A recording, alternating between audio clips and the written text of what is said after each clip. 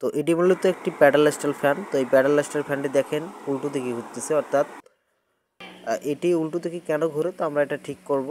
তো বন্ধুরা এই যে একটি স্ক্রু আর এখানে একটি স্ক্রু অর্থাৎ নাট, অর্থাৎ এখানে একটি নাট আর এই দিকে একটি নাট আছে, অর্থাৎ আমরা এই যে কভারটি খুলে নেব।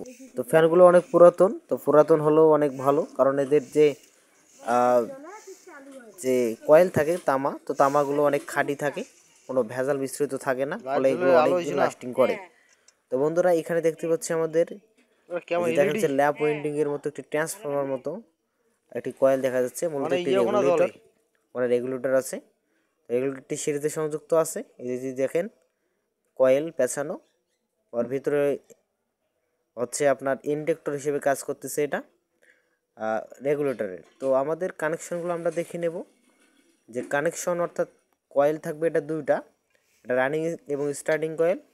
রানিং এবং স্টার্টিং একটি কমন থাকবে এবং রানিং স্টার্টিংয়ের প্রান্তে কী থাকবে, ক্যাপাসিটর সংযুক্ত থাকবে।